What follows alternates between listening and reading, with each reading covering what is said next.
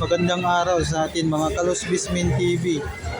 So, nararamdaman niyo na ba ngayon yung bagyo? So, kung saan mo kayo sa Pinas ay mararamdaman niyo ngayon lalo na doon sa Mindanao at saka Visayas.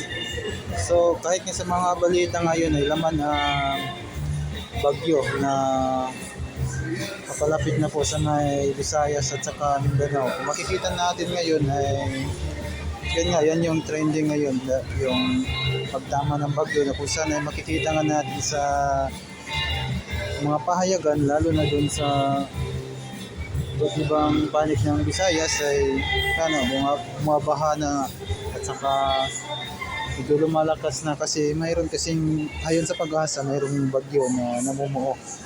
Dito naman dahil nandito tayo ngayon mga kaibigan sa Metro Manila. Ngayon ay hindi pa naman nararamdaman ngayon yung bagyo dito. Maulap lang ngayon ang panahon dito. At saka hindi naman umuulan. Minsan lang ang ulan dito. Pero ngayon ay walang ulan, maulap lang. Yun lang mga Kalos Bismin TV.